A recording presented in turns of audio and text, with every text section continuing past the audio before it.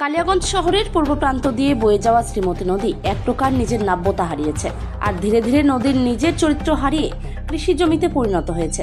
আর যতটুকু অংশ নদী রয়েছে সেটিও যেভাবে দূষণ হচ্ছে, ফলে আগামীতে নদী কিছু থাকবে না কালিয়াগঞ্জে। শ্রীমতী নদীকে বাঁচাতে অনেক আন্দোলন হয়েছে, যেমন পাশাপাশি নদী খননের উদ্যোগ নেওয়া হয়েছে। অবশেষ কালিয়াগঞ্জ পুরসভার পুরপ্রধান রামনিবাস সাহার উদ্যোগে শহরের শ্রীমতী মহাশ্মশান এলাকা থেকে কিছু অংশ বাধা বিপত্তি অতিক্রম করে নদীর অস্তিত্ব বজায় রাখতে নদী খনন করা হয়, যাতে নদীতে কোনো প্রকার দূষণ না হয় এবং কোনো প্রকার প্রতিমা বিসর্জন না করা হয়। সেই কারণে সচেতনতামূলক পোস্টার লাগানো হয়, কিন্তু সব প্রচেষ্টাই এক প্রকার ব্যর্থ। কিছু সচেতনতাহীন মানুষ পুরসভার নিষেধাজ্ঞাকে তোয়াক্কা না করেই নদীতে যেমন নোংরা আবর্জনা ফেলছে, পাশাপাশি প্লাস্টিকের সামগ্রী ফেলছে, এমন নানা দেবদেবীর প্রতিমাও বিসর্জন করছে। চৈত্র মাসে নদীর জল কমে যাওয়ায় একদিকে যেমন নদী দূষণ হচ্ছে, অন্যদিকে নদী তার নিজের নাব্যতা হারিয়ে ফেলছে। এই বিষয়ে পুরসভার পুরপ্রধান রামনিবাস সাহা কি বললেন, শুনে নেব বিস্তারিত। সুজিত সাহা। নদীটা দেখা যাচ্ছে নোংরা আবর্জনায় দূষণ হচ্ছে, কি বলবেন?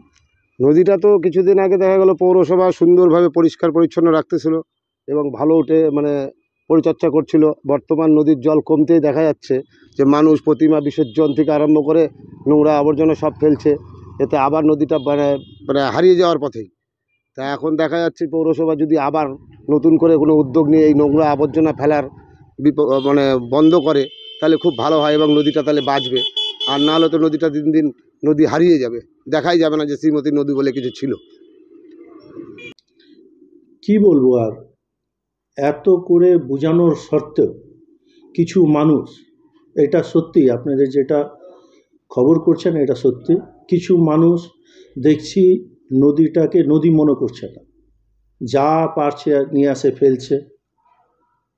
প্রতিমা যারা বিসর্জন করত, তার জন্য আমি সকাল 8টার থেকে রাত 8টা অবধি আমাদের বিসর্জন ঘাট খোলা থাকছে, আমাদের লোক থাকছে, তা সত্ত্বেও কিছু কিছু প্রতিমাও বিসর্জন করে দিচ্ছে, বাড়ির আবর্জনা নিয়ে আসে নদীতে ফেলছে।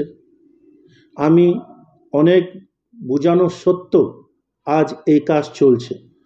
এখন আমি আপনাদের মাধ্যমে কালিয়াগঞ্জবাসীকে হাত জোড় করে অনুরোধ করতে যাচ্ছি, নদী কোনো মিউনিসিপ্যালিটি বা কারো ব্যক্তিগত না, আপনাদের কালিয়াগঞ্জবাসীর, আপনি এই নদীকে রক্ষা করুন।